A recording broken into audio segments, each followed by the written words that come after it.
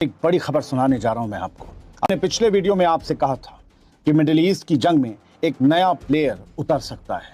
अब उस प्लेयर का नाम सुन लीजिए, पाकिस्तान।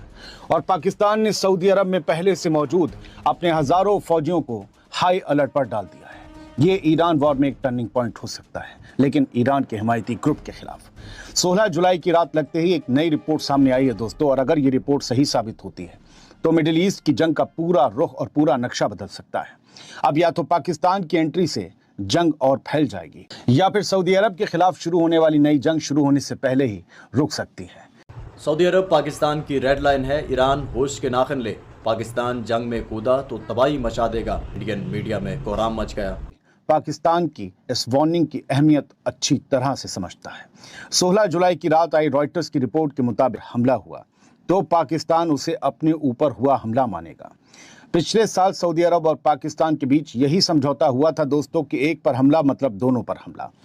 ताज़ा रिपोर्ट के मुताबिक पाकिस्तान ने ईरान से कहा ये हमारी रेड लाइन है। इसी के साथ एक और बड़ी रिपोर्ट सामने आई है। बताया जा रहा है कि पाकिस्तान ने सऊदी अरब में तैनात अपने करीब 8000 फौजियों और वहां मौजूद अपने फाइटर जेट्स को हाई अलर्ट पर डाल दिया है। रिपोर्ट के मुताबिक पाकिस्तान अब सऊदी अरब और यमन की सरहद पर किसी भी इमरजेंसी के लिए कंटीजेंसी प्लान तैयार कर रहा है। याद रहे, पाकिस्तान ने पिछले साल सऊदी अरब के साथ म्यूचुअल डिफेंस एग्रीमेंट किया था। इसी समझौते के तहत हजारों पाकिस्तानी फौजी पहले से सऊदी अरब में मौजूद हैं।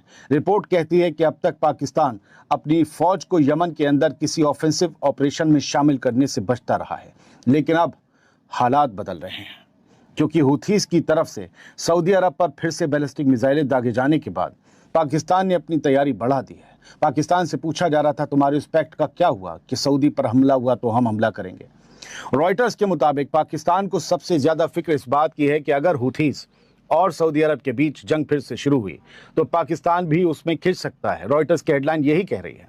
एक पाकिस्तानी अफसर ने रॉयटर्स से कहा, हमारी सबसे बड़ी सिविल और मिलिट्री क़यादत ने ईरान को यह साफ साफ बता दिया है कि सऊदी अरब पर हमला पाकिस्तान पर हमला माना जाएगा। ये हमारी रेड लाइन है।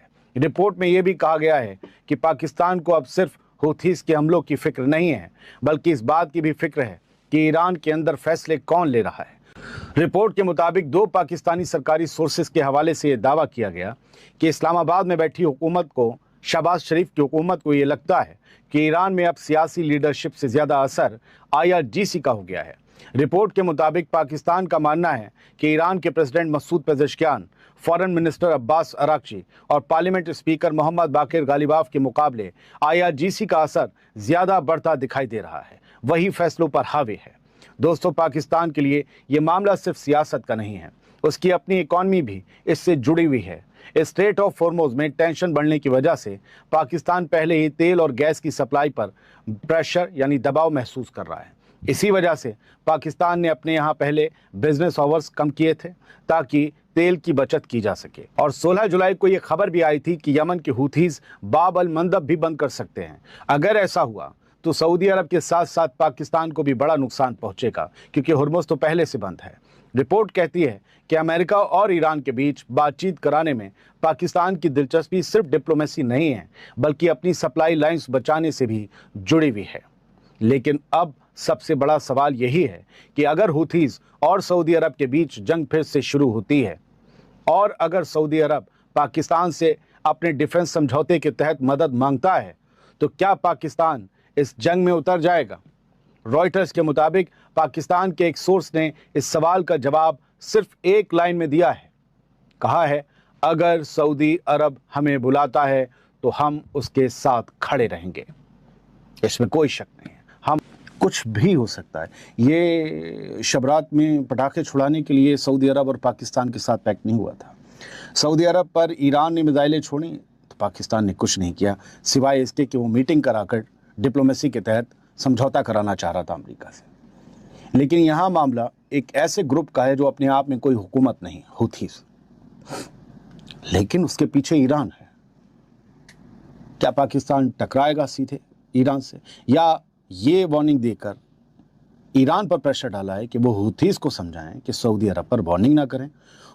ईरान से लौटते वक्त मुझे लग रहा था कि ये सब कुछ अब खत्म हो चुका है, 60 दिनों की शांति प्रक्रिया चल रही है और उसके बाद कहीं न कहीं एक तरह से शांति की स्थापना की उम्मीद की जा सकती है। जब मैं जहाज़ में सवार हो रही थी भारत के लिए, तभी फ़िलहाल उसी वक्त जंग का आगाज़ फिर से हो गया और लगता था कि शांति अब ईरान में लौटेगी नहीं और यही अभी फ़िलहाल वही एहसास हो रहा है। लगातार दोनों तरफ से हम देख रहे हैं कि जो हमला है वो जारी है। खबर अभी-अभी ये भी आई है कि अमेरिका ने ये दावा किया है कि उसने उसके जो पानी के जहाज़ हैं उनको उड़ा दिया है।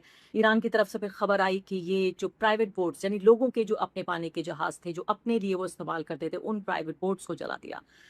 डोनाल्ड ट्रंप ने फिलहाल ये ऐलान किया था कि वो हॉर्मुज़ की रक्षा खुद करेंगे और 20% जो है वो चार्ज करेंगे इस हॉर्मुज़ की रक्षा के लिए। हॉर्मुज़ की रक्षा के बाद अब उन्होंने इसको वापस ले लिया स्टेटमेंट को और ये कहा है कि अब जो वेस्ट एशिया के बाकी तमाम देश हैं, वो उनके साथ डील करेंगे, ट्रेड डील्स, उनके बदले में उनकी सुरक्षा करेंगे। लेकिन खबर बड़ी ये नहीं है, खबर बड़ी ये है कि इस सब के बीच में यानी पश्चिम एशिया और उसमें ईरान, ईरान के साथ-साथ इज़राइल, अमेरिका, इस सब से बहुत दूर है एक देश पाकिस्तान। हमारे खित्ते में साउथ एशिया का देश है पाकिस्तान जो इस पूरी उलझन में इस तरह से उलझा हुआ है कि उसको समझ नहीं आ रहा कि आखिर करे क्या। यही आज इस कार्यक्रम में मैं चर्चा करूँगी कि पाकिस्तान फिर किस तरह से उलझ गया है। एक तरह का बड़ा धर्म संकट उसके सामने है क्योंकि आप साफ तौर पे देख रहे हैं कि किस तरह से हूती जो समूह है, जो अतिवादी समूह है, हूतियों ने हमला किया सऊदी अरब पर और सऊदी अरब ने उनके सदर्न हिस्से पर, उसकी भी डिटेल्स आपको बताऊँगी और सऊदी अरब ने जो है वो हमला कर दिया है फिलहाल सना एयरपोर्ट पर। तो पूरी तरीके से ऑल आउट वॉर जिसे अंग्रेज़ी में कहते हैं वो छिड़ गई है। हूती आप जानते हैं अच्छी तरीके से हूती, हिज़्बुल्लाह, हमास इनको अंतर्राष्ट्रीय राजनीति की भाषा में कहा जाता है कि ये एक तरह के रीजनल एलाइज़ हैं। इनकी कोई सरकार नहीं है, ज़ाहिर है कोई कानूनी समूह नहीं है लेकिन ईरान इनको अपने एक सपोर्ट नेटवर्क के तौर पर इस्तेमाल करता है। और ये विडंबना नहीं तो और क्या है? देखिए किस तरह से पाकिस्तान की सरकार सऊदी अरब पर हुए हमले की आलोचना करती है। एक लंबा-चौड़ा ट्वीट करते हैं प्रधानमंत्री, लेकिन साफ तौर पर किसी का भी नाम नहीं लेते। किसने ये हमला किया? हूती ने किया, ईरान का समर्थन था, कोई भी चीज़ साफ तरीके से नहीं की गई है। शायद ये ट्वीट इस उलझन को बेहतरीन तरीके से पेश करती है जो पाकिस्तान अभी फेस कर रहा है। और अब खबर ये आ रही है, खुफिया खबर है ये, कई अखबार इसको छाप रहे हैं कि अब सऊदी अरब ये कह रहा है कि पाकिस्तान के लिए जो उसके और पाकिस्तान के बीच जो एक सिक्योरिटी का डिफेंस पैक्ट है जिसके बारे में मैं पहले भी चर्चा कर चुकी हूँ आपसे, उस पैक्ट के अमल में आने का वक्त आ गया। यानी वो ये कह रहा है सऊदी अरब कि आप सिर्फ ज़बानी जमा खर्च से काम नहीं चलेगा, पाकिस्तान को अपने फ़ौजी भेजने होंगे। क्या ये बात कन्फर्म तरीके से कही गई है या अंदर खाने कही गई है, ये भी देखने वाली बात है।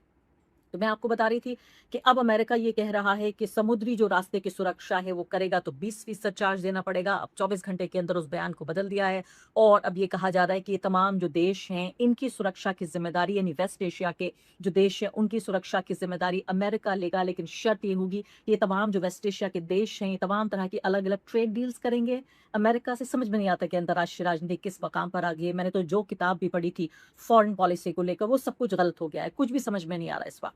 वापस आ जाती हूँ पाकिस्तान पर। अब ये देखिए यमन के जो कुती हैं उनके हमले से एक बड़ा सवाल पैदा हो गया है। कैच 22 सिचुएशन में पाकिस्तान पूरे तरीके से फंस गया है। हमला हुआ है सऊदी अरब के दक्षिण में आभा इंटरनेशनल एयरपोर्ट के पास ये हमला हुआ है। इसको बहुत गंभीर तरीके से सऊदी अरब ने लिया है, एक तरह से एक एक्ट ऑफ वॉर के तौर पर वो इसको देख रहा है। जवाब में सऊदी अरब ने यमन पर हवाई हमला किया है और मेजर एयरपोर्ट है जो सना एयरपोर्ट है उस पर निशाना साधा गया है। इसके अलावा तस्वीरें जो वीडियोज़ हैं दोनों जगह एयरपोर्ट पर जो हमले हुए हैं उन दोनों की तस्वीरें यानी वीडियोज़ बाकायदा वायरल हो रहे हैं।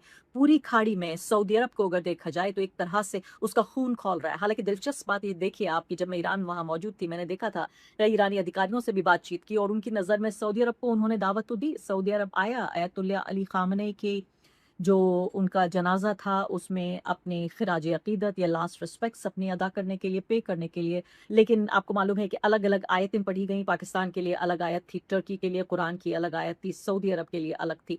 पाकिस्तान को एक भाई का दर्जा दिया गया और बड़ी अपनाइयत के साथ वाला एक कुरान का हिस्सा पढ़ा गया जब जो पाकिस्तान के प्रधानमंत्री और साथ ही उनकी जो आर्मी के चीफ हैं वो दोनों पहुंचे हुए थे, यानी सबसे बड़ा हाई पावर डेलीगेशन, सबसे बड़े नेता जो हैं पाकिस्तान के वो पहुंचे थे। इससे पता चलता है कि पाकिस्तान के लिए कितना अहम है ईरान और कितना अहम है ईरान से संबंध।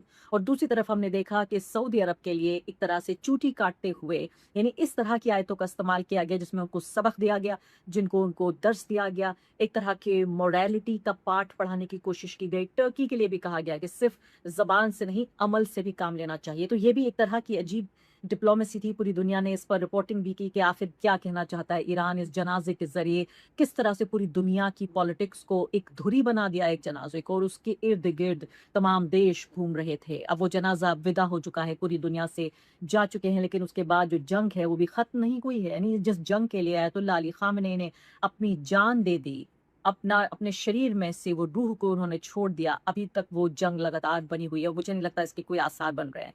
तो आप ये देखिए हूती जो हैं, मैंने आपको बताया कि ईरान के बहुत करीबी माने जाते हैं। तो अगर सऊदी अरब की बात मानते हुए पाकिस्तान अगर ये करता है और वाकई एक सक्रिय कदम उठाता है और हूतियों पर हमला करता है, तो सीधे तौर पर ये हमला ईरान के ऊपर माना जाएगा।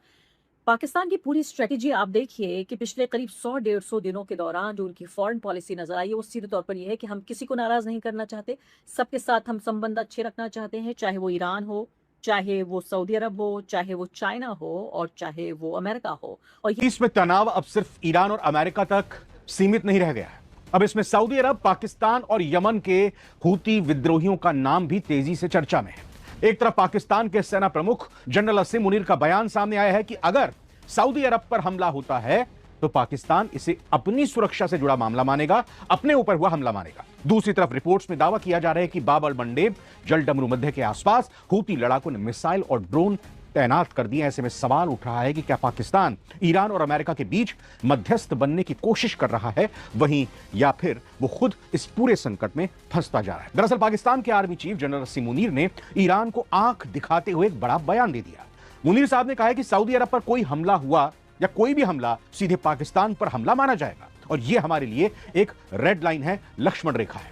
अब सुनने में तो यह बयान बड़ा दमदार लगता है, जैसे कोई महाशक्ति, कोई ताकतवर देश किसी को चेतावनी दे रहा हो, लेकिन दुनिया भर के रक्षा विशेषज्ञ अपना माथा पीट रहे हैं और पूछ रहे हैं कि मुनीर साहब आखिर किस हैसियत से ईरान को रेड लाइन आप दिखा रहे हैं, जो देश खुद IMF के कर्ज और सऊदी अरब की इमदाद यानी भीख पर चल रहा हो, वो मिसाइलों से लैस ईरान को युद्ध की धमकी दे रहा है। मतलब पाकिस्तान सऊदी का बॉडीगार्ड बन रहा है।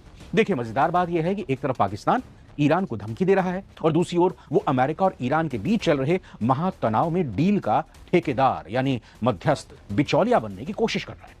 पाकिस्तानी हुक्मरान वाशिंगटन और तेहरान के पिछले दिनों चक्कर काट रहे थे ताकि दोनों के बीच सुलह कराई जा सके।